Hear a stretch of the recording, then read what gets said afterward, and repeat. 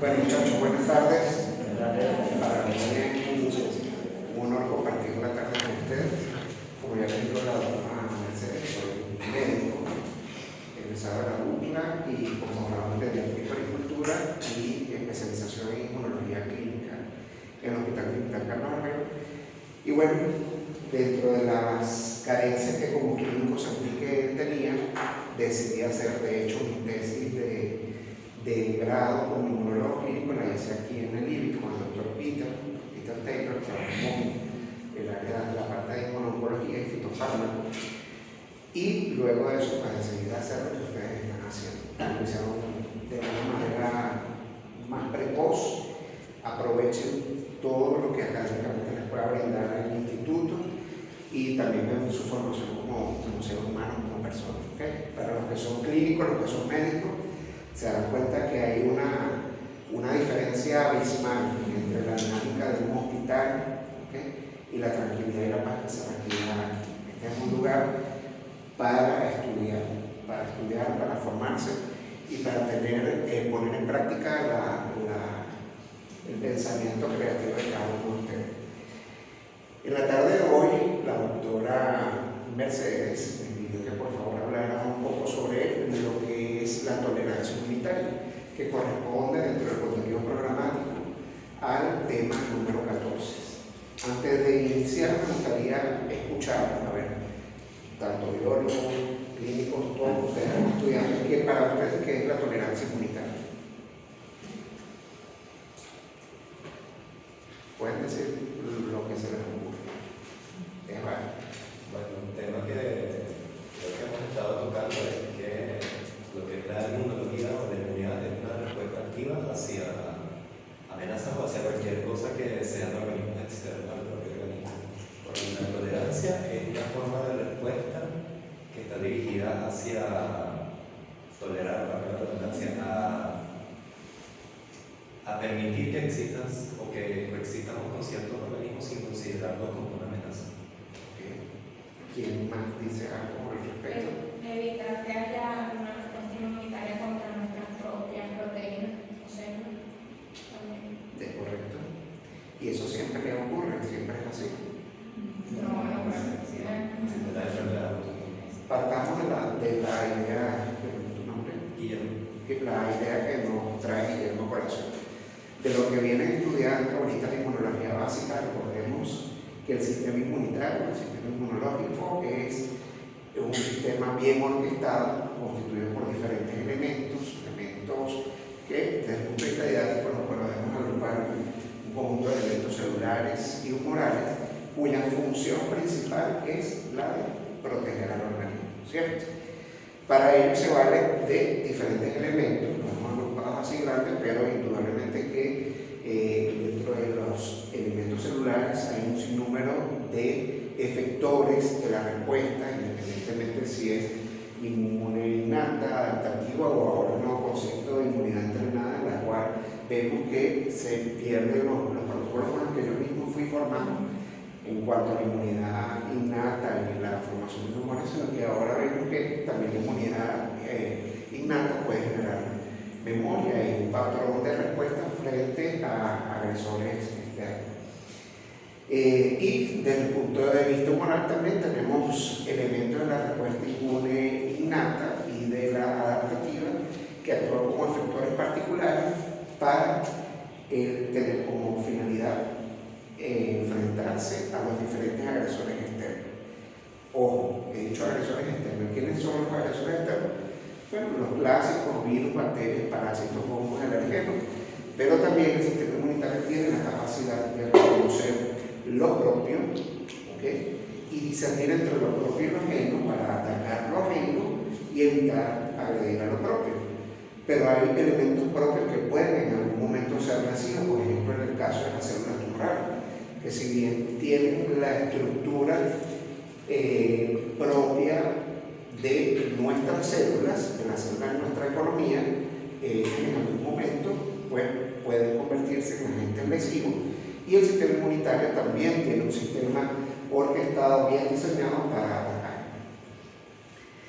Me impresiona, si fueron si son alumnos del doctor Soyana, que muchos de estos términos ya ustedes los manejan, pero están ahorita por segundo parcial, ¿verdad? O sea, que ya vieron lo que era el primer parcial, o sea, que hablarles de inmunidad, la definición, las características, la semántica de la palabra inmunidad, pues es redundante, estoy seguro que ustedes ya manejan.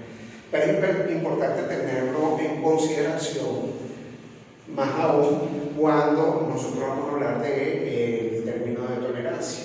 Dentro del proceso, hasta la descripción de lo que era la definición de la tolerancia inmunitaria, hay algunos elementos importantes, como lo observado por los que hacían los primeros registros de inoculación, de la variolización que hacían los chinos, los primordios, y por supuesto las actividades científicas realizadas por Elie Metchnikoff, el padre de la inmunidad celular, y en aquel tiempo se debatía a muerte con Ehrlich, que es el padre de la inmunidad humoral, para precisar algo que hoy sabemos que no es más que la unidad, es una unificación entre dos sistemas bien organizados. Por supuesto que en 1901 el descubrimiento de los grupos sanguíneos como el fundamento de la autoinmunidad, y los primordios para hablar de tolerancia inmunitaria las dieron a partir de 1954 el doctor Martin Burnett, de quien también, o a quien también le atribuimos el famoso la denominación de vigilancia inmunitaria, sobre todo para atribuirlo, y hoy en día muy de moda cuando hablamos de la inmunoterapia antitumoral. Sabemos que las estrategias clásicas que se utilizaban para el manejo de los tumores era la quimioterapia, la radioterapia, la cirugía, y todas las tres indudablemente que producían inmunidad. Y aun cuando las descripciones de Burnett venían del 50 y de ya cercanos a 1960, no fue sino hasta recientemente que se le dio aplicabilidad, sobre todo con la introducción de los postulados sobre los puntos de control, los inmunocheckpoints, ¿no? Incluso que evaluaron el premio del Nobel de Medicina en el 18. Y en 1960, Peter Medawar, premio Nobel por el experimento de la tolerancia adquirida. Entonces fíjense que ya comienza a hablarse sobre un sistema, tanto lo que proponía Burnett con la formulación de la teoría de la selección clonal, y en 1960 la propuesta de Medawar, y ambos recibieron justamente en el 60 el premio Nobel de Medicina. Esto es uno de los elementos que llevaron al camino hasta el 2025. Ustedes saben quiénes recibieron el premio Nobel en el 2025 y por qué fue. Premio Nobel de Medicina sobre las test reguladoras. O sea que fíjense que todavía se siguen sacando puntas sobre el rol de la tolerancia inmunitaria. En el 45 se observó gemelos dicigotos bovinos que compartían antígenos eritrocitarios sin rechazo por el intercambio de sangre embrionaria. Indudablemente se establecía la consideración que desde muy pequeño, mientras más pequeño era el individuo en su etapa de desarrollo, sobre todo en el proceso embrionario, la exposición a antígenos, el estado fisiológico de irregularidad fisiológica que presentaba le confería cierto grado de protección. Igualmente, Burnett, recuerden que lo nombramos allá, teorizaron que el reconocimiento de lo propio se adquiere activamente justamente en la etapa embrionaria, era lo que él proponía. Y en el 53, Medawar reprodujo experimentalmente el fenómeno de tolerancia en injerto de piel de gemelo bovino. De tal manera que en el 60 se llevaron el premio Nobel, galardonados por el descubrimiento de la tolerancia inmunitaria adquirida. Y ahora sí, lo que la ayuda de la IA ha definido como la dicotomía del sistema inmunitario. El sistema inmune entonces establece un balance dinámico. Si estamos diciendo que la función principal del sistema inmunitario es la de proteger, ¿ok? Y para proteger, así como los jugadores de fútbol, ¿no? No sé, ahorita que estamos en moda con lo del fútbol, dicen que la mejor defensa es justamente el ataque. Entonces, si es así, fíjense que eso no se puede correlacionar con nuestro sistema. inmunitario, porque un ataque induciría a lesividad de nuestro organismo, en las diferentes estructuras. Entonces tiene que haber un equilibrio entre ese sistema de protección o ataque o agresión y el sistema de represión, que es lo que nosotros denominamos como tolerancia. Ese balance dinámico y continuo es una respuesta saludable de agresión letal justamente contra los patógenos o contra células, en este caso células tumorales. Y en este caso, cuando se pierde ese equilibrio entre la agresión y la tolerancia, entonces nos enfrentamos a una condición que es la autoinmunidad, que lo podemos decir desde el punto de vista pedagógico como autoagresión. Sencillamente, nuestro sistema inmunitario pierde esa capacidad de discernimiento entre lo propio y lo ajeno y empieza a atacar entonces a nuestro propio organismo. Pero les pregunto, ¿de cuántas células está constituido nuestro organismo? Imagínense. Y cada uno con linajes diferentes. O sea, tenemos un linaje en lo que sería el tejido gastrointestinal, el renal, el cardiovascular, incluso los vasos sanguíneos. O sea, hay diferentes elementos. O sea, el sistema inmunitario tiene que tener la capacidad de reconocer cada uno de esos elementos para no agredirnos a lo largo de la vida. Los postulados iniciales decían que durante la etapa embrionaria era que se adquiría ese reconocimiento, esa capacidad. En cierto modo es así, pero algunos estudios embrionarios realizados a posteriori dieron a entender, sobre todo cuando se hicieron entre patos y gallinas, vieron que después que eclosionaba el huevo, entonces ahí se activaban los linfocitos y producían lesividad o se producían procesos autoinmunes o de autoagresión. Ahora, existe una arquitectura bien orquestada desde el punto de vista biológico que relaciona la tolerancia.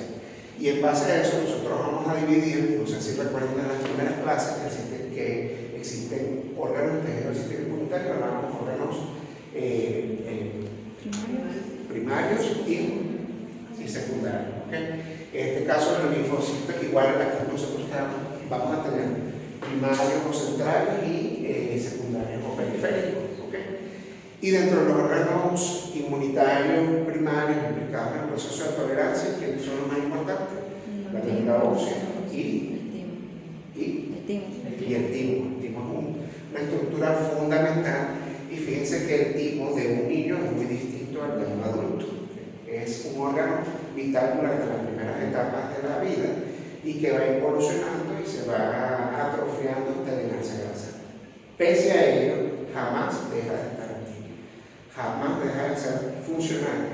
Y los procesos de tolerancia inmunitaria, si bien son adquiridos, o digamos el reconocimiento de cada una de esas células que hemos comentado, son adquiridas en las primeras etapas de la vida, ¿okay? Sobre todo en la etapa perinatal y la etapa embrionaria.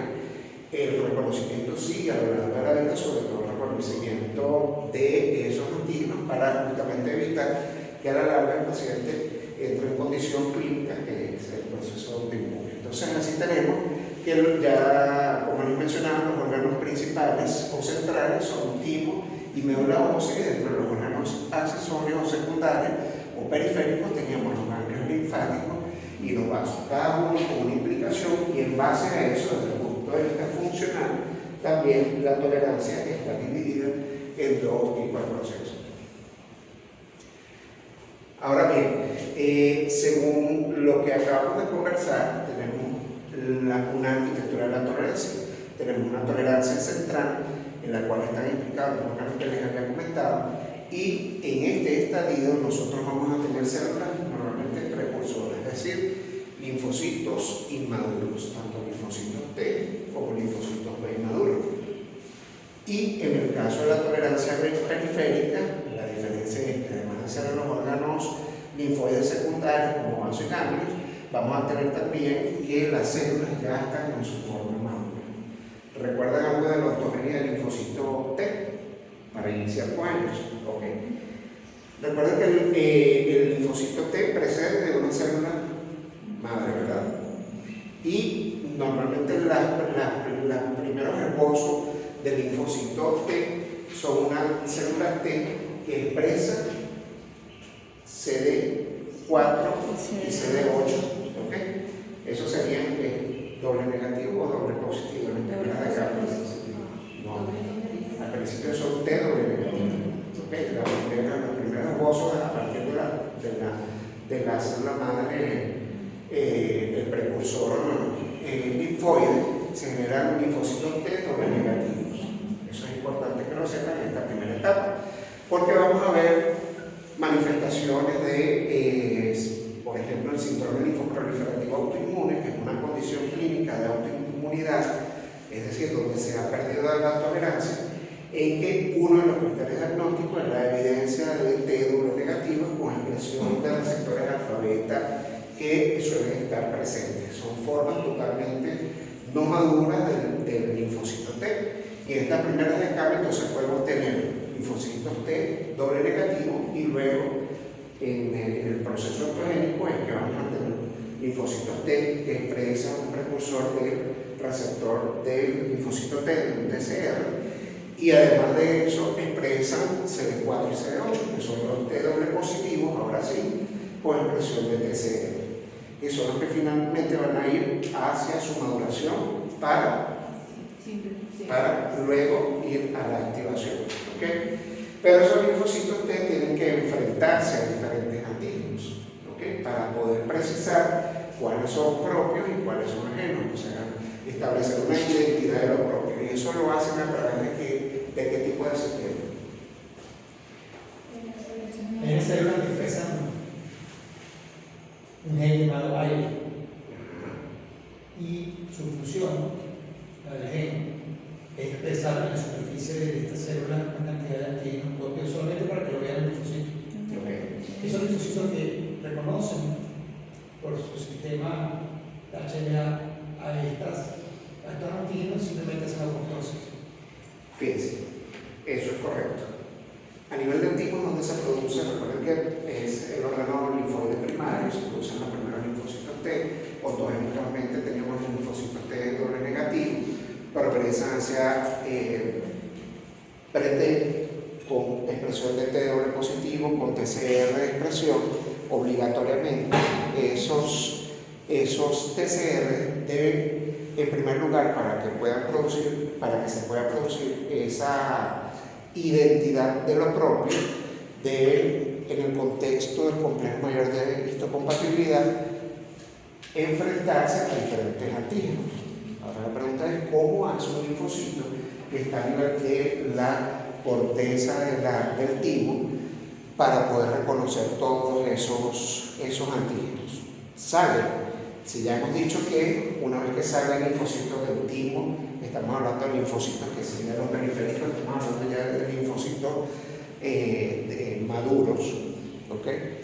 ¿Cómo es que los linfocitos dentro del timo hacen ese reconocimiento? Y entonces ahí tenemos en este caso un factor bien determinante, que es el gen AIL, que tiene la particularidad, y eso fundamentado en dos tipos de teoría. Hay una teoría que es la teoría promiscua y la teoría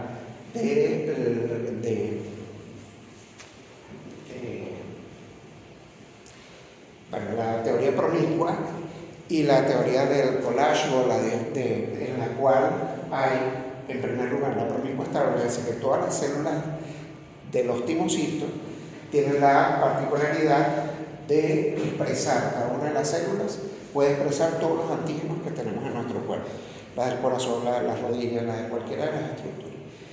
Y la otra teoría establece que existe unas células timocitos tipo A, timocitos tipo B y timocitos tipo 3C, los cuales tienen, digamos, algún tipo de predisposición para expresar antígenos particulares. Lo importante es que el linfocito inmaduro no necesita salir a la vía periférica para tener un primer contacto. Esto es lo que nosotros llamamos el proceso de selección positiva, y todo lo que estamos conceptualizando hasta ahorita es el proceso de tolerancia central o o del linfocito T. Fíjense, en el caso de la tolerancia de las células T, el filtro central es, como ya hemos conversado, el timo. El timocito, que vendría a ser el esposo del linfocito T, una vez que se enfrenta a su antígeno regulado por la expresión de ese gen aire, lo que lo vamos a ver en la próxima lámina, aquí está el rol del gen aire, que como habíamos dicho es un factor de transcripción, es un verdadero error, es un factor de transcripción implicado en la expresión de antígenos restringidos a los tejidos periféricos dentro del timo, de forma local, para evaluar a los linfocitos inmaduros. Entonces tenemos un timocito inmaduro, que es T doble positivo, CD4, CD8 positivo, que no expresa para este momento el receptor PCR, y expresa el PCR y que se va a unir a moléculas del complejo mayor de histocompatibilidad y se produce, esto es un error de la o el proceso que se llama selección positiva. O sea, lo que interesa es saber, ¿reconoce o no reconoce moléculas del complejo de mayor histocompatibilidad? Eso es lo que se llama tolerancia central. Esa es la primera fase del proceso de tolerancia. ¿Lo reconoce o no lo reconoce? Si lo reconoce, sigue el proceso. Si no lo reconoce, entonces se produce la muerte por apoptosis, por negligencia celular. ¿Ok? Ahora bien,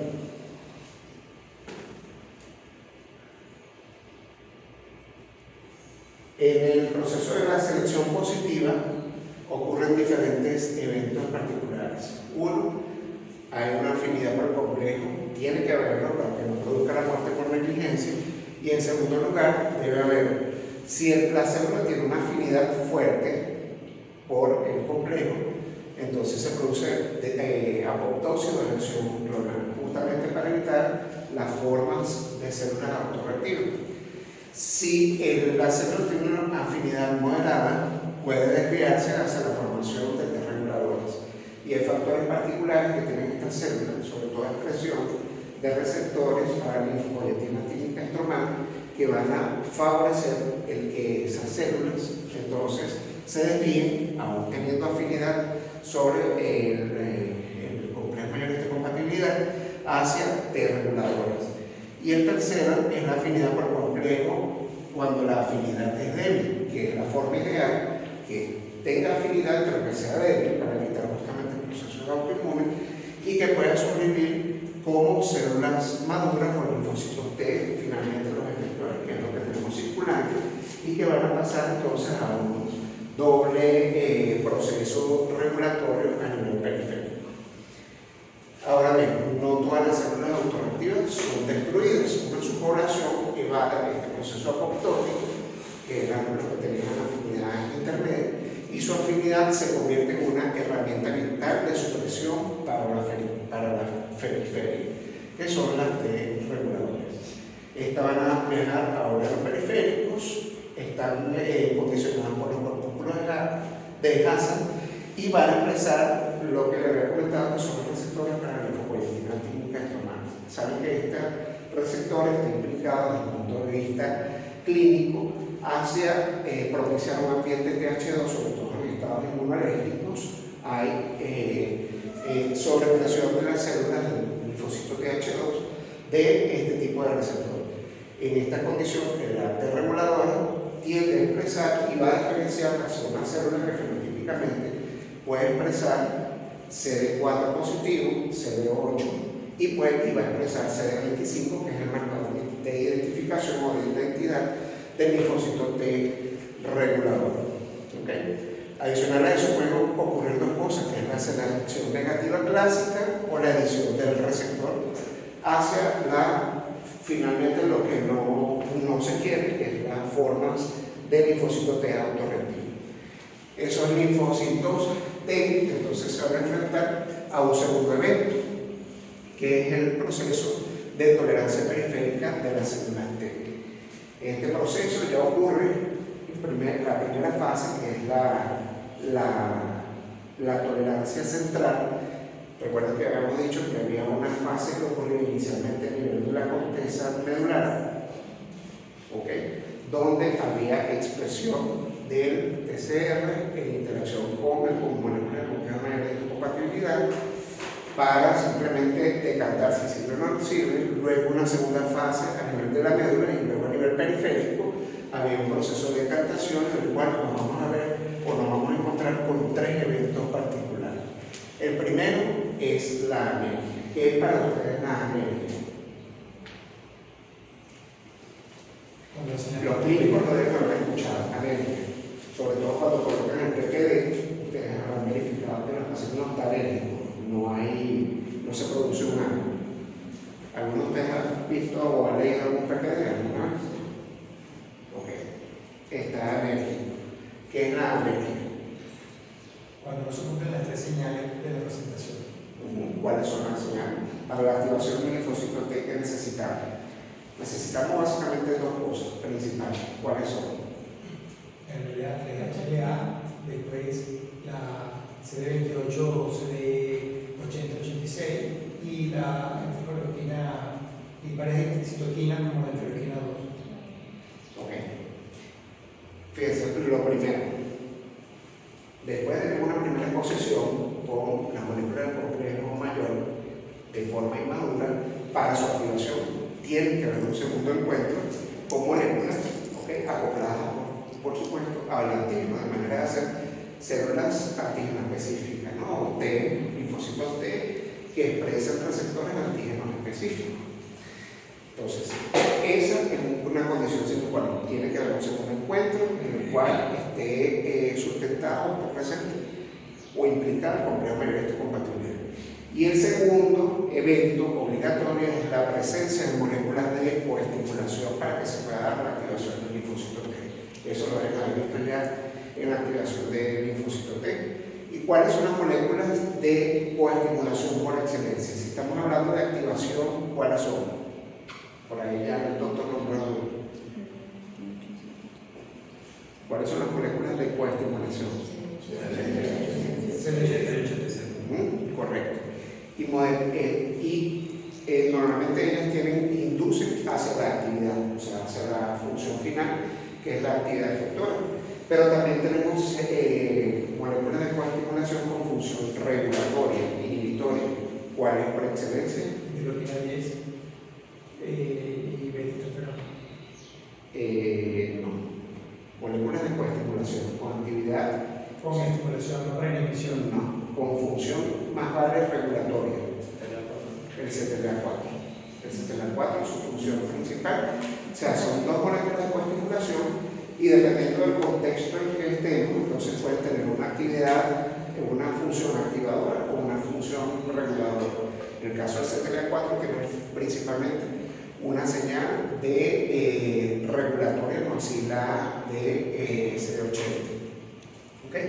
Entonces eso nos va a llevar, si no existe alguno de los 2 eventos, tanto el acoplamiento con moléculas de complejo mayor de histocompatibilidad como la actividad regulada por moléculas de coestimulación, pues no se da la actividad o la activación del linfocito T. Y entonces el linfocito va a quedar en un estado de anemia. El segundo de los procesos es el de la ignorancia inmunitaria. ¿Qué es para usted la ignorancia inmunitaria? El linfocito nunca ha tenido contacto ni siquiera con ese antígeno. Es correcto. Son órganos privilegiados. Es correcto. Es correcto. Es así. Es que el linfocito T sencillamente no lo conoce. O las células efectoras, en este caso referido al linfocito T, no ha tenido contacto en ningún momento. Y eso ocurre en órganos inmunoprivilegiados. ¿Cuáles son los órganos inmunoprivilegiados que conocen? Los ojos. ¿Qué más? Sistema nervioso central. ¿Y el otro? Los testículos. Ah, está ahí la chuleta. Bueno, pues son los 3 principales. Y esto es bien importante, sobre todo, porque hay exposición desde el punto de vista clínico de los diferentes antígenos en momentos particulares. Por ejemplo, un paciente que llega con un trauma ocular, hay liberación de antígenos y una primera exposición a esos antígenos que jamás había reconocido que no estaban dentro del pool ese grandísimo que está mediado por el factor de transcripción aire, por el gen aire, a nivel de tipocito, y por primera vez va a haber un encuentro. Entonces ustedes van a ver que muchos pacientes con traumatismo muscular, así sea unilateral, pueden tener complicaciones inherentes, incluso en ambos ojos, en los ojos laterales. Y eso está fundamentado justamente en ese proceso. Al igual que los testículos o sistema nervioso central, para los clínicos ustedes sabrán, y bajo el concepto de la conceptualización, de que es un sistema, es un órgano inmunoprivilegiado, cómo hacemos para favorecer la respuesta inmunitaria en procesos también sépticos o infecciosos a nivel de este sistema. Por ejemplo, meningitis en los pacientes. ¿Cómo creen ustedes que podemos mejorar la incorporación de células efectoras de la respuesta inmunitaria si supuestamente es un órgano que está inmunoprivilegiado, está bloqueado, no tiene contacto con el entorno? Por supuesto que hay células propias que vienen a cumplir funciones, ¿no? Las células gliales. Pero ¿cómo hacen si le llega a un paciente? ¿Usted es médico? ¿Yo? ¿Sí? Sí, ok. Si le llega a un paciente de 6 meses con una meningitis, o 2 añitos con una meningitis, ¿ok? Entendiendo que es un órgano inmunoprivilegiado, que no va a haber respuesta inmunitaria, o sea, que no va a haber una actividad efectora de los diferentes elementos de la respuesta inmune, tanto innata como adaptativa, a nivel del sistema nervioso central para mejorar el paso hacia esta estructura.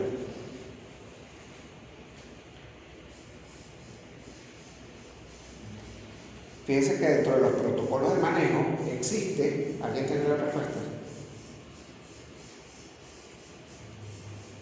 Ustedes van a ver que dentro del proceso de inflamación, pues una de las formas de regular eso es a través de la utilización de corticosteroides, el manejo farmacológico de otros pacientes. O el paciente es oncológico, la utilización de terapia intrafecal. Sencillamente meterse a través de la médula y colocar. O pacientes, por ejemplo, pacientes con síndrome nuclear, que es un trastorno del sistema nervioso en el cual hay un drenaje anómalo del líquido cefalorraquídeo del encéfalo. Entonces, muchos de esos pacientes, cuando hacen ventriculitis, como aún colocándole la antibiótico-terapia periférica, no tienen una respuesta inmunitaria efectiva. No hay ayuda de los diferentes efectores de la respuesta ni innata ni adaptativa. Entonces, el paciente, muchos de ellos, incluso hay que colocarle sondas o tratamiento a nivel de los ventrículos de forma intracranial. Entonces, básicamente el fundamento de todo eso es que uno de los elementos que tiene el sistema inmunitario para inducir tolerancia periférica, además de la alergia, entonces es la ignorancia, es una condición natural. Y el último es la dirección renal, que no es más que el encuentro altamente específico con el antígeno, activa el receptor de muerte fatigante, desencadenando el gen proapoptótico BIM y la caspasa. ¿Cómo sucede eso? Ya vieron apoptosis, ¿verdad? ¿Ya vieron apoptosis? No directamente. No directamente, pero con los mecanismos De sección de las células efectoras. Ok. ¿Qué pasa en este sentido? Fíjense, si aún estas células T siguen siendo autorreactivas, aún habiendo pasado lo que sería el proceso central, ¿ok? Pasan a nivel periférico y siguen siendo todavía esos linfocitos T reactivos. ¿Qué opciones tienen esos linfocitos para ser finalmente destruidos? Una de ellas, recuerden que a nivel de la mitocondria reserva dentro de sí el citocromo C. Al verse afectado el citocromo C, a nivel de la membrana de la mitocondria se va a mostrar un trastorno de la permeabilidad y la violación de factores que van a activar a los diferentes elementos, específicamente a las caspasas. Y recuerden que las caspasas son elementos fundamentales dentro del proceso de apoptosis. ¿Okay? Esta es una forma endógena y la forma exógena es a través de los receptores del factor de necrosis tumoral. Es otra forma de activar. que indirectamente va a activar fosfatidad. El primero, la forma endógena, la liberación de citocromo C y la liberación va a actuar directamente sobre proteínas proapoptóticas, como PI, ¿okay? Y va a favorecer primero, además de los trastornos de la permeabilidad de la membrana, lo que va a llevar finalmente a la muerte de la célula.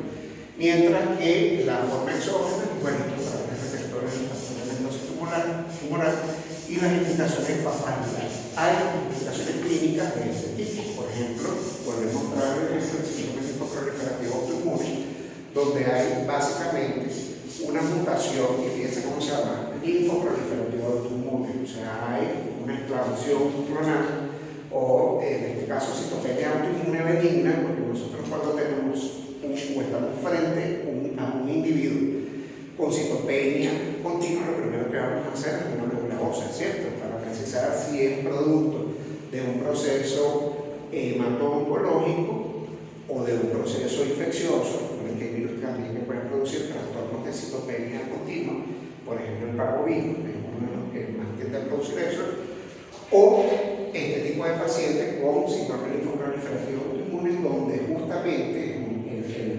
el fundamento de la mutación o de la alteración ocurre en una mutación monogénica endogénica que codifica para las proteínas FAS, ligando, caspasa 10 y caspasa 8, que son los más implicados. Y estos pacientes, justamente su carta de presentación, más allá de la citopenia que pueden presentar, es la presencia de eventos de autoinmunidad. Entonces van a acusar como aumento de volumen de articulaciones, se van a comportar como pacientes con artritis, como hepatosplenomegalia, adenopatías. Cualquiera de estos eventos son propios de este tipo de pacientes y muchas veces confundidos como artritis idiopática juvenil o síndromes como enfermedades de Stitch-Farr o enfermedades hemato-oncológicas, ¿no? Por ejemplo, los síndromes linfoproliferativos en este tipo de pacientes. Y resulta que cuando hacemos el aspirado, vemos lo que hemos nombrado en las láminas anteriores, una forma inmadura de doble negativo. ¿Okay? Entonces, no se produce tampoco esto, y justamente los pacientes, ustedes van a ver que dentro de las principales condiciones que cursan con hepato y esplenomegalia gigante, está justamente esto, que es una condición inmunológica, el síndrome linfoproliferativo autoinmune, justamente por acúmulo de precursores benignos, no maduros a nivel de médula y a nivel de los órganos linfoides secundarios. Se van a usar con adenomegalia, esplenomegalia, hepatomegalia grande. ¿Okay? Ok, bueno, esto es lo que habíamos hablado, lo que en la otra lámina nos adelantamos sobre la energía clonal y la apoptosis inducida. Entonces podemos definir la energía clonal como una inactivación funcional prolongada debido al reconocimiento del antígeno, señal 1, en ausencia de señales de coestimulación. Importante que tengan en consideración esto, porque al terminar vamos a hacer un ejercicio justamente estableciendo la sinergia entre procesos como son la energía clonal y las implicaciones que pudiese tener el linfocito B también en su sistema de regulación hacia la tolerancia. Y la apoptosis perfecta también vamos a ver eliminación de células autorreactivas en la periférica mediante las vías principales. La extrínseca, que era la que les comentaba, mediada por el receptor del factor de necrosis tumoral, por interacción de receptores en la muerte, FAS ligando, y la vía intrínseca por activación del gen proapoptótica de la familia BSL2 y disfunción mitocondrial, como ya les había comentado inicialmente. Aquí normalmente tenemos un dibujo donde vemos como ejemplo lo que les estoy comentando. Y la regulación activa del punto de control, este es otro punto interesante, que son los mecanismos de supresión por las reguladores. Existen, ya las nombramos por ahí, que son citoquinas inmunosupresoras, que no es lo mismo que moléculas de coestimulación, son diferentes.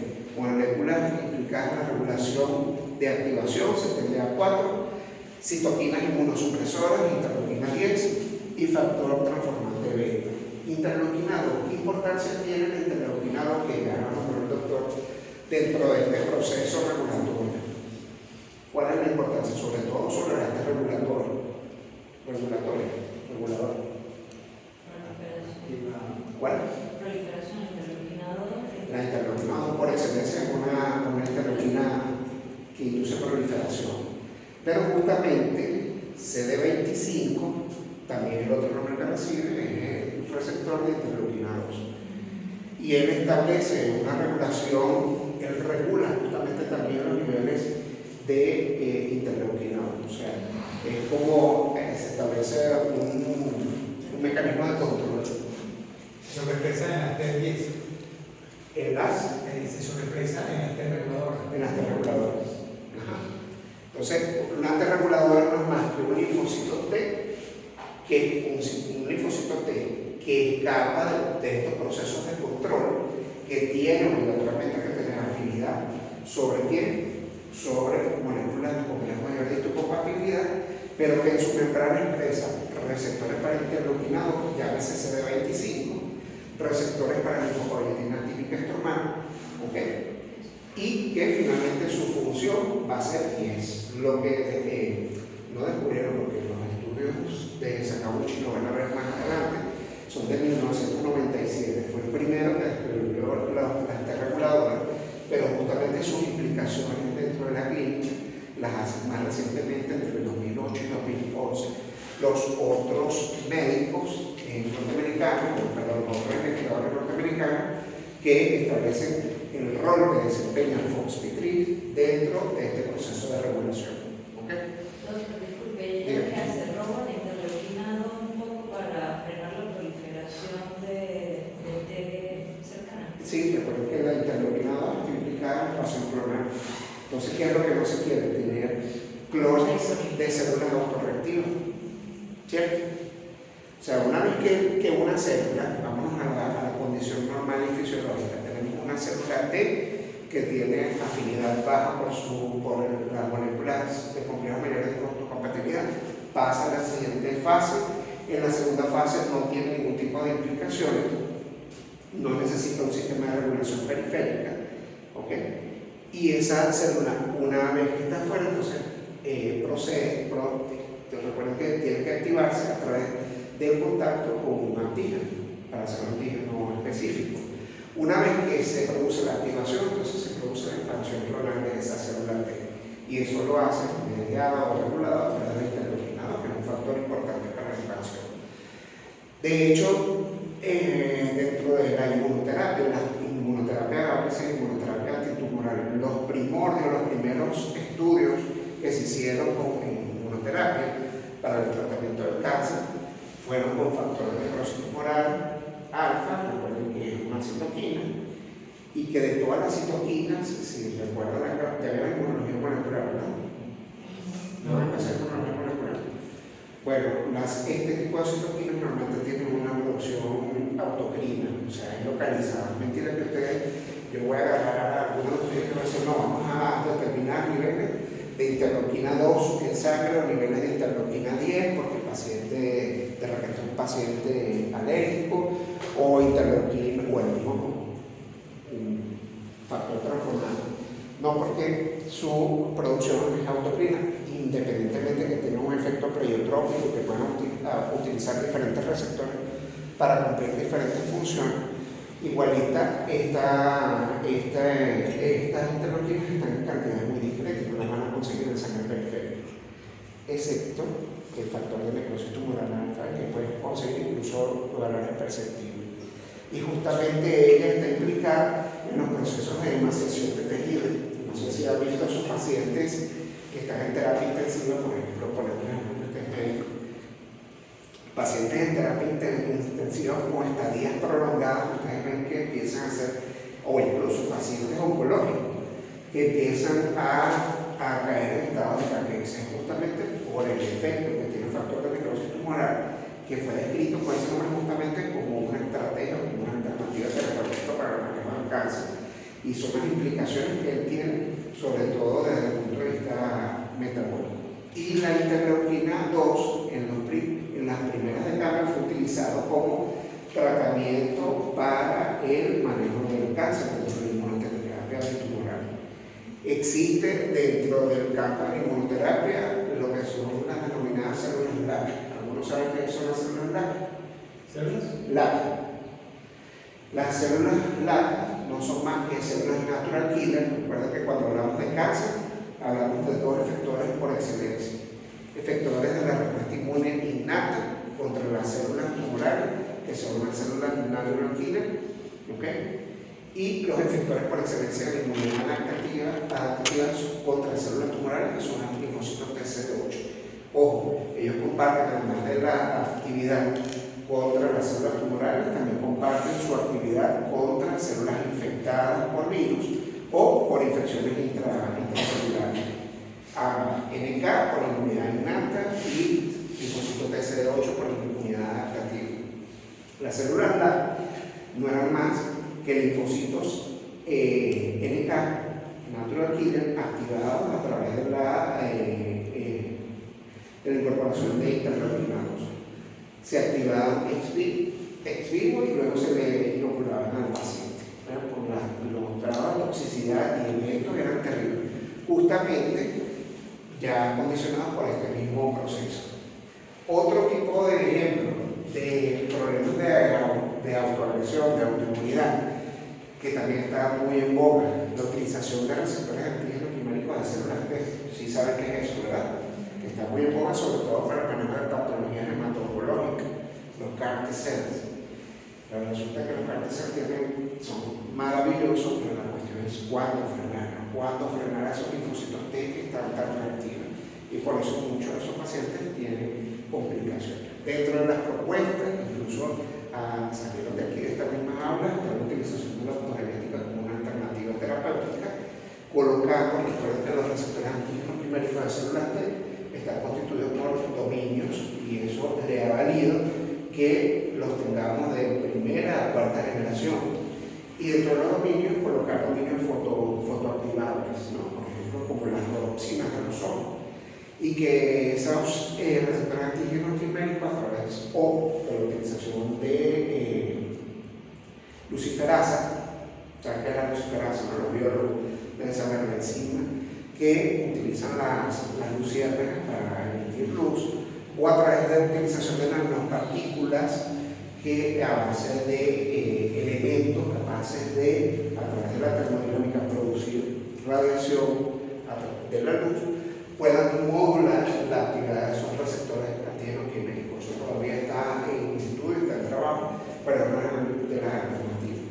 Con esto que les quiero traer, que fíjense que hay muchas implicaciones clínicas del proceso. Estos son, por supuesto, traídos, que es menos frecuente con todos los pacientes, una terapia con CAR T-cells está alrededor de los 40.000, 60.000 dólares aproximadamente por paciente. Pero tenemos otras condiciones que son más frecuentes, que son los procesos autoinmunes. Y los procesos autoinmunes pueden ser organoespecíficos o pueden ser sistémicos. ¿Quién me da un ejemplo de un proceso autoinmune de esto mismo en lo que se pierde estos procesos regulatorios de forma organoespecífica? La miastenia gravis. La miastenia, ok, la tiroiditis autoinmune. ¿Qué otro proceso de autoinmunidad organoespecífica?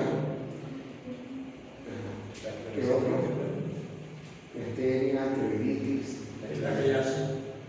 ¿Qué más? Una frecuente que muchas veces andan por ahí. La artritis, claro, la artritis es más sistémica que organoespecífica, pero por ejemplo el vitiligo es un proceso autoinmune organoespecífico, o sea, se pierde toda esta capacidad, pero son linfocitos T que expresan o autorreactivos contra antígenos de la melanina, por ejemplo. Otro ejemplo, la alopecia. La alopecia no la androgénica clásica, sino la alopecia patológica.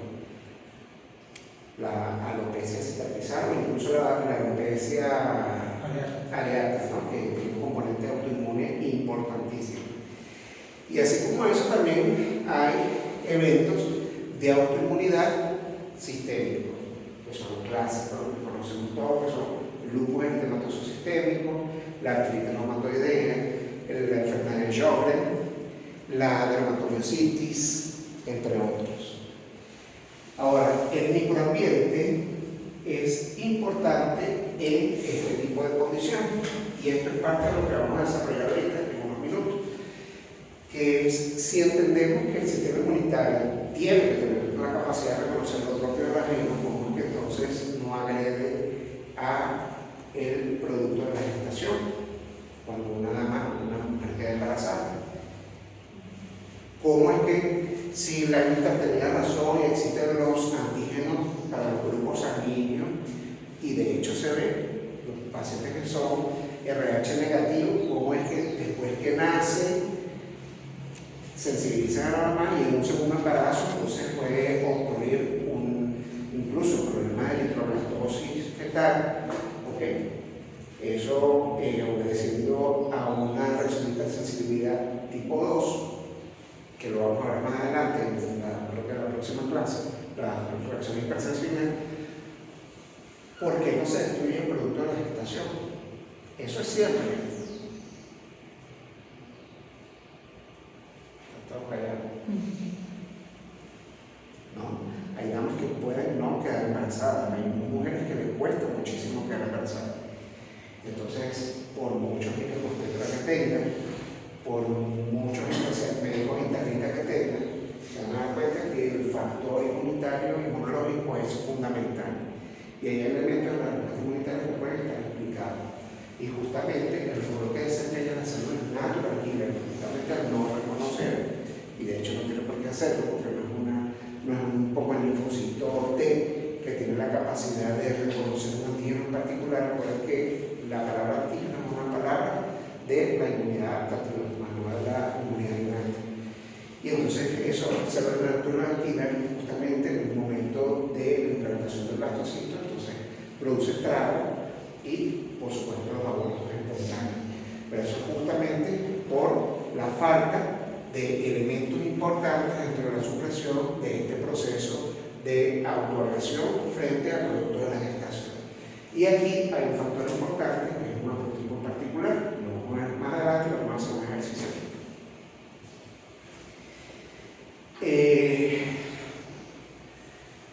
Y llegamos a las estrellas, que son, digamos, células diseñadas justamente, además, para que ustedes vean lo importante que es para el individuo, para el organismo, tener control sobre esa capacidad de discernimiento entre lo propio y ajeno. Ya salimos de los órganos centrales, donde se producen, ya salimos de aquellos que escapan a ese primer evento y están a nivel periférico, y dentro de las estrategias periféricas entonces tenemos unas estrellas diseñadas especialmente para regular todos estos procesos, y es justamente los linfocitos T reguladores. ¿Qué expresan ellos? Dos interleuquinas fundamentales, que son interleuquina 10 y el factor transformante B. Entonces van a ver, por ejemplo, estas implicaciones o estos factores en otras que hemos hablado aquí, de enfermedades oncológicas, enfermedades autoinmunes, pero no hemos hablado de repente de manifestaciones clínicas de expresión o respuesta anómala, o no la vamos a llamar anómala, respuesta no esperada del sistema inmunitario frente a factores particulares y que son normales y naturales. Por ejemplo, en el caso de los procesos inmunoalérgicos, estamos frente a antígenos particulares. En este caso, recuerden que los alergenos son antígenos. Vamos a poner un ejemplo, los mariscos. Y resulta que entonces se desencadena, claro, por a través de un conjunto de reacciones que son mediadas por acciones de hipersensibilidad tipo 1, con las implicaciones que tiene la inmunoglobulina E y los receptores de alta afinidad del mastocito y todo lo demás que se produce efector. Existe un sistema, y eso me van a preguntar, oye, pero las alergias se curan, las alergias se pueden curar, o solamente el manejo con antihistamínico. Entonces, una de las alternativas, la van a escuchar, la utilización de inmunoterapia de desensibilización, que no es más que inducir tolerancia en esos pacientes frente a un antígeno particular. Y eso lo hace a través de, van a ver que en algunos básicamente lo que se promueve es la expresión de factor transformante beta para mejorar la condición. que necesita episodios y saben que son procesos largos que pueden durar entre 24 o 36 meses para inducir la desensibilización y promover la tolerancia frente a los géneros particulares. ¿Okay? No así, por ejemplo, en el caso de los mariscos no hay inmunoterapia hasta ahora estandarizada para eso, pero por ejemplo lo puede haber para los ácaros o puede haberlo para perros, gatos, para aquellos que tienen mascotas y que están sensibilizados a ese tipo de alergenos. La utilización de inmunoterapia de sensibilización, que básicamente no es más que inducir tolerancia frente a los diferentes antígenos. A diferencia de los mecanismos recesivos, la alergia y de elección que hemos nombrado, las T reguladoras ejercen una regulación dominante. ¿Okay? Lo que van a hacer es patrullar y las pueden encontrar extraordinarias celulares en diferentes localizaciones, tanto en órganos periféricos como a nivel de tejidos, incluso las T reguladoras. Y de ellas hay algunas subpoblaciones, la TR1 y la TH3. De tarea van a buscar, porque lo pueden preguntar en el examen, ¿cuáles son las células reguladoras? Cuando estamos hablando de tolerancia inmunitaria, que podemos encontrar. ¿Okay? Ya esta es una, la clásica, que expresa CD4 positivo, CD25 positivo y FOXP3 positivo, que es el fenotipo de la célula T reguladora clásica, pero existen otras variantes de linfocitos reguladores y que no necesariamente son estas y que pueden encontrar en otros tejidos, en distintos tejidos. Incluso les adelanto, hay células que ni siquiera son linfocitos T como tal, sino de otro linaje que pueden tener actividad reguladora, por ejemplo la célula NK o la célula dendrítica. Entonces van a buscar el listado de las diferentes células reguladoras que podemos encontrar y sus implicaciones dentro del proceso de tolerancia inmunitaria. ¿Okay? Entonces, como ven aquí, pueden estar en órganos linfóides secundarios, pero también pueden estar inmersas en un proceso en los tejidos donde se están produciendo los mecanismos de inflamación. Y aun cuando dice aquí que fue descubierto en 2008, fueron descubiertas en los años 97, finales de los 90, por justamente el doctor Sakaguchi. Fue el primero que la describió y que expresaba justamente receptores para interleuquina 2. Y más adelante entonces se vieron las implicaciones de FOXP3, eso relacionado a un error innato de la inmunidad, una inmunodeficiencia primaria, que es el IPEX. El IPEX no es más que una mutación en el gen que codifica para el FOXP3 y que va a dar como resultado inmunoderegulación con poliendocriptopatía, enteropatía y que está ligada al cromosoma X. Es una condición, en este caso, una mutación monogénica. Algo importante, la mayoría de las condiciones autoinmunes, sobre todo las autoinmunidad sistémica, como las que nombré clásicas, las que ustedes van a ver más por la calle, lupus, artritis, reumatoidea, incluso la artritis juvenil, la mayoría son condicionadas, son poligénicas. ¿Qué significa que sean poligénicas? Que están condicionadas, fundamentadas por un pool de genes, ¿okay? Que están mutados y que hay factores también epigenéticos implicados dentro de la autoinmunidad. Cuando hablamos de inmunidad entrenada, que recuerden que dentro maneja el concepto de inmunidad entrenada, ¿verdad? Me imagino que ya lo hablaron, ya se las dieron de clase. En inmunidad entrenada teníamos como uno de los protagonistas principales la célula natural killer, que teóricamente es una célula que no debe tener, hasta donde se sabía, no tenía memoria inmunitaria. Y fíjense que estas células, ya no desde el punto de vista genómico, tienen una alteración, sino que hay factores que son los factores epigenéticos y los factores metabólicos. Ahí entran en relevancia del rol que desempeñan las histonas dentro del ADN, en las modificaciones estructurales que presentan estas células, en este caso la NK, para tener una segunda respuesta potenciada frente al antígeno, no selectivo, no necesariamente contra el mismo, por ejemplo, contra el estreptococo neumónico, sino también lo puede hacer con cualquiera de los diferentes estreptococos, una forma potenciada de actividad. Entonces, Sakaguchi en el 97 y esta gente, los doctores, los voy a poner aquí más adelante, la doctora Mary y Ransel descubrieron que la mutación o las implicaciones que tiene el FOXP3 dentro de la actividad protectora de los reguladores. Así como ocurre con el linfocito T, el linfocito B también tiene un sistema regulatorio. En este caso, el sistema regulatorio está condicionado por un reordenamiento genómico a nivel de la médula ósea.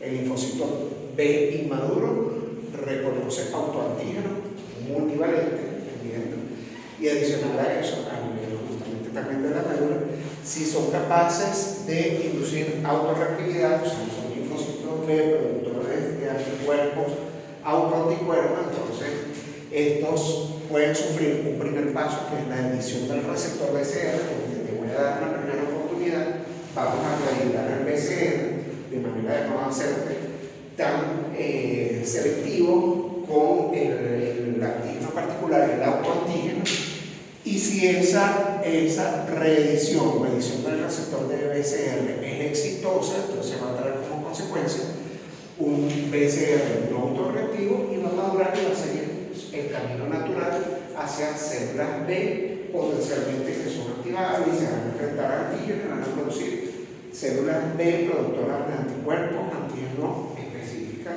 para lo que sea. Pero si por lo contrario siguen igualitas, obtusas y no responden a este primer mecanismo de reedición del BCR, entonces definitivamente esta célula entra en el linfocito B, entra al proceso de apoptosis.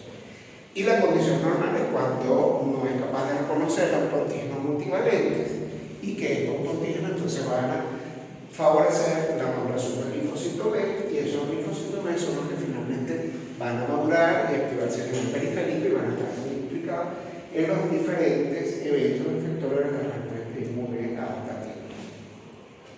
¿Está claro hasta aquí, verdad? Ok. Hay una tolerancia también periférica para las células B y el rol principal lo desempeña el vaso. Y aquí les ponía el ejemplo que era lo que pasaba por el síndrome del paciente con el síndrome linfoproliferativa autoinmune, que además del calazar, ustedes saben qué es el calazar, ¿no? ¿Saben qué es el calazar? La leishmania visceral, la leishmaniasis visceral, produce unos vasos gigantescos con unos abdomen gigantes. En este caso, es justamente un problema de regulación inmunitaria, también se va a producir el pacto visceromegalia, específicamente vaso e hígado, porque es justamente donde se produce la regulación de este tipo de células desde el punto de vista periférico. Entonces, aquí tenemos el nivel de la médula ósea, puede ocurrir dos procesos, que haya una alta o moderada avidez que va a inducir o va a llegar finalmente a la apoptosis de esos linfocitos B que han escapado al primer proceso de decantación o depuración a nivel central, y si tienen baja avidez entonces va a progresar hacia un estado T2B, que es un estado de ignorancia anémica, y puede promover hacia el paso hacia centros germinales a través de la vía de escape de la supervivencia. Si no recibe señales, BAF muere en un lapso no mayor de 72 horas. Eso es linfocitos, más o menos el tiempo de vida media de ellos a nivel circulatorio. De tal manera que dentro de los órganos linfoides periféricos principales, a diferencia del linfocito T, que hablamos que los ganglios linfáticos eran bien determinantes, en este caso el vaso es uno de los órganos más importantes en el proceso regulatorio periférico del linaje. Aquí tenemos entonces un cuadro comparativo donde vemos las diferentes, un resumen de lo que hemos hablado hasta ahora. A nivel de los linfocitos T, a nivel central, se produce la selección positiva y negativa en el tipo.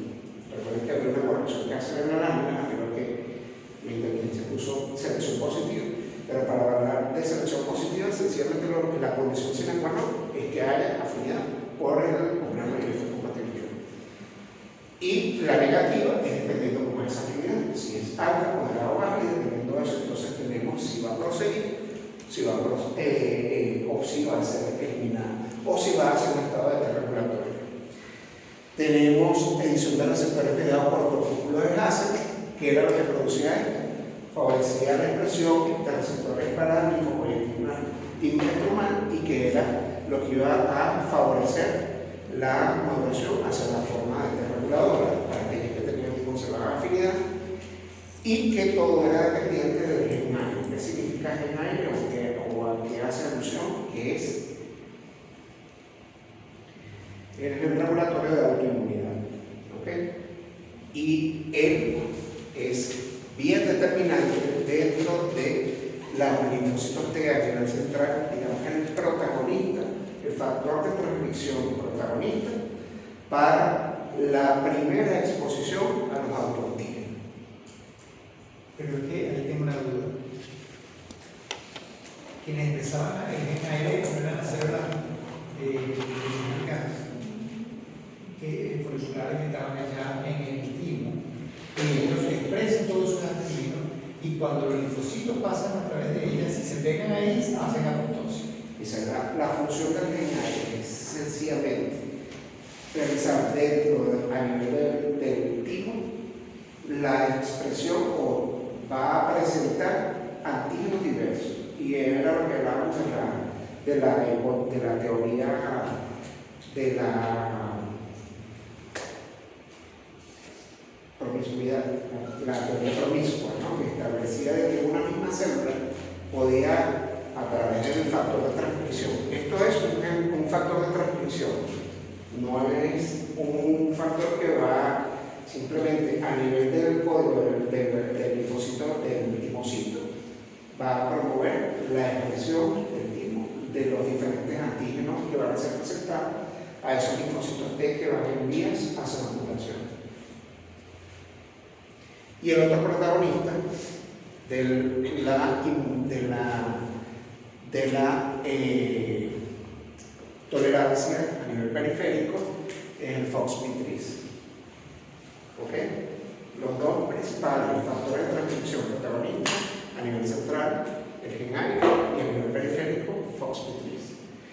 Y en el linfocito B, a diferencia, entonces se produce desarrollo de la médula ósea, adición de receptores al mecanismo dominante para la reactivación de los genes RAR, presencia de inclusiones alélicas, y recuerden que hablamos de la reedición o reedición del BCR en estos casos.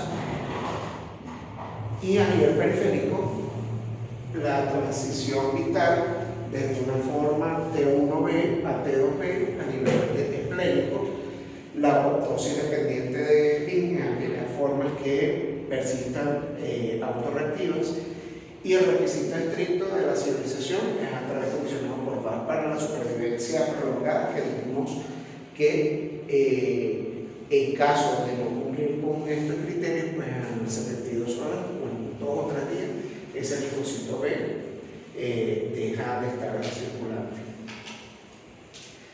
Ahora sí, la célula dendrítica. La célula dendrítica puede tener implicaciones tolerogénicas, es decir, no solo enciende la alarma, no solo es capaz de activar, sino que puede también establecer mecanismos regulatorios, dependiendo del estado de maduración de la célula dendrítica, puede inducir inmunidad o expandir a las células T reguladoras. ¿Okay? Entonces aquí teníamos las T efectoras, que es lo que se entiende, ¿sí? La célula dendrítica, para inducirla, para favorecerla a través de la coestimulación, la expresión de células T efectoras, o cuando adolece el proceso de coestimulación, entonces se va a producir la tolerancia y la formación de precursores que expresan CD25 y factor FOXP3, que son las células T reguladoras.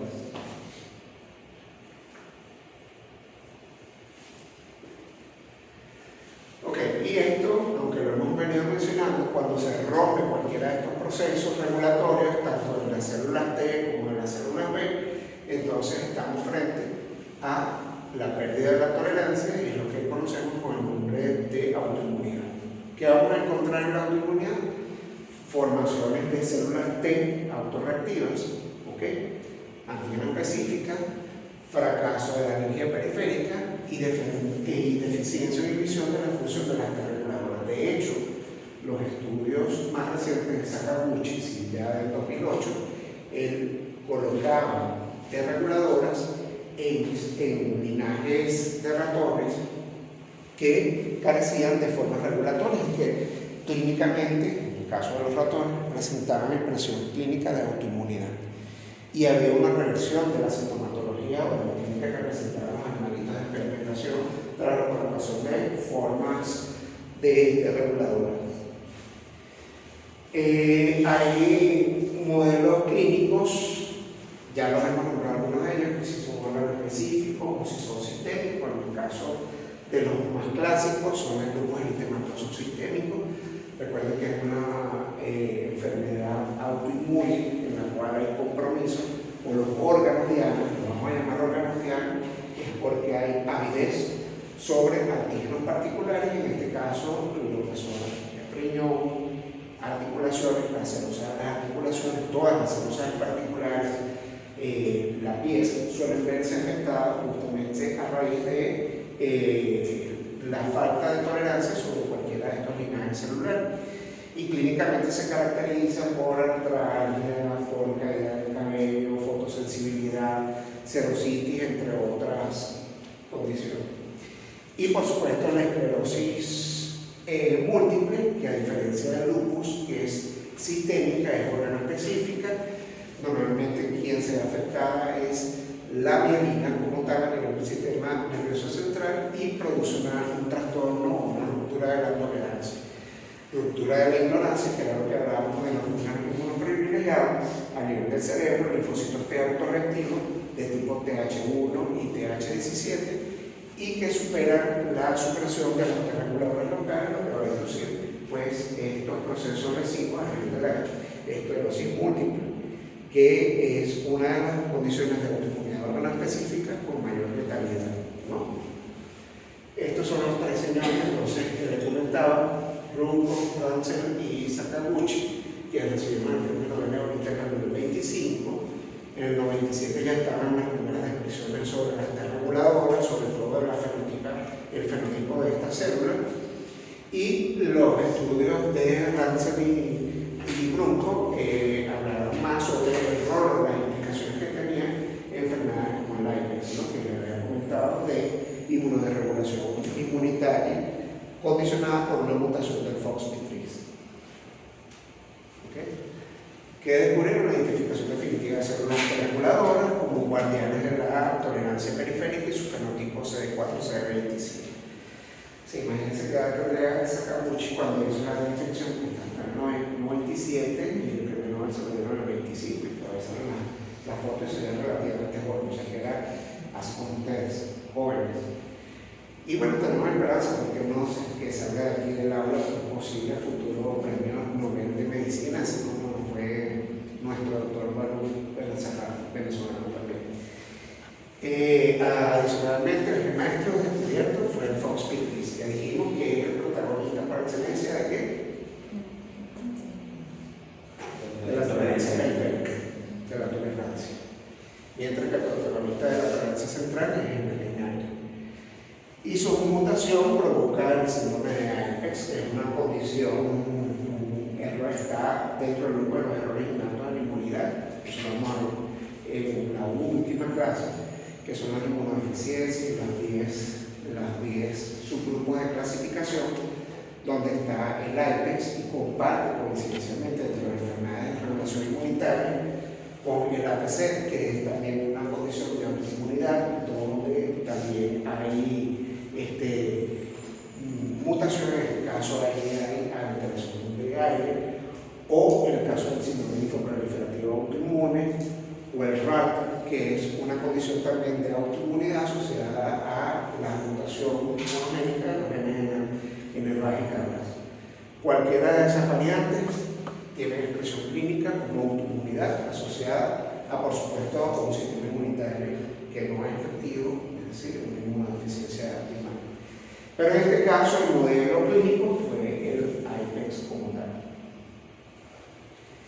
Ahora, ¿cuál consideran ustedes que podría ser, conociendo, manejando los conceptos de tolerancia, los diferentes elementos que están implicados? ¿Cuáles consideran ustedes que pueden ser las propuestas terapéuticas o qué uso se puede dar, ¿no? Una de ellas es romper la tolerancia, y de hecho ya se habló de ella. Hablé nada más de CTLA4 como un factor regulatorio, pero existen otros factores de regulación que están dentro del grupo de los inmunocheckpoints, los puntos de control, por ejemplo, PD1 y su ligando PDL1, que son también y están implicados justamente, y que muchas veces el desbalance entre PD1 y PDL1 expresado por células tumorales es lo que produce los famosos mecanismos, uno de varios, pero uno de los más importantes mecanismos de evasión inmunitaria de las células tumorales. ¿Por qué no responde si teóricamente hay un linfocito T que está diseñado especialmente para destruir las células tumorales, justamente por una activación o una regulación sobre los puntos de control? Entonces, ¿qué se ha hecho y qué valió el premio Nobel en el 2018? La utilización de anticuerpos monoclonales capaces de inhibir a los inhibidores, es decir, inhibir a los inmunocheckpoints. No solamente está PD1 y PDL1, sino CTLA4, hay descritos algunos inmunomoduladores, ¿no? Y por supuesto que sería una de las implicaciones más importantes o de los usos más importantes de modular estos procesos de tolerancia. El otro es reforzar la tolerancia a través de los trasplantes autoinmunes. ¿Cuál es el problema que hay con los trasplantes? Por ejemplo, para el IPEX, para el síndrome linfoproliferativo autoinmune, para la inmunodeficiencia combinada grave, cualquiera de esos, el tratamiento, el Chegatigach, que nombró la doctora, porque yo trabajé aquí en el libro, el tratamiento, la estrategia terapéutica es el tratamiento de médula ósea. Pero la cuestión es que tenemos un sistema inmunitario capaz de reconocer los propios genes, y una de las complicaciones es justamente el rechazo alimento. Entonces, modulando, modificando justamente y conociendo los fundamentos de lo que hemos hablado ahorita, los mecanismos de regulación de la tolerancia inmunitaria, se podría entonces mejorar esos procesos de tolerancia. Así como lo hizo Sakaguchi incorporando células T que expresaban T reguladoras, que expresaban FOXP3 y que mejoró, y incluso hubo una reversión de la clínica de autoinmunidad de los animales de experimentación. Hablamos del trasplante, por supuesto, esto, que es de lo que hemos hablado toda la tarde, que es de los procesos de autoinmunidad, sería una terapia dirigida a la utilización de T reguladoras, ¿ok? Pero de aquí tienen que ser esas T reguladoras, entendiendo el rol que desempeñan los complejos principales de compatibilidad. ¿De quién? Propia, obligatoria. De hecho, dentro de las alternativas, por ejemplo, está la transferencia adoptiva, o sea, hacer la programación genética y luego hacer transferencia adoptiva a los pacientes para que puedan mejorar. Sobre todo se ha hecho en el cáncer, porque es donde más se ha estudiado. Pero sí hay propuestas de utilización de reguladores en los procesos autoinmunes, sobre todo los procesos autoinmunes sistémicos, que son los más graves y los que producen compromiso de vida de los pacientes. Y bueno, lo que ya les comenté, poder modular los procesos de evasión tumoral. Ahora bien, esto es más de las alternativas de las terapias. ¿Qué hora es?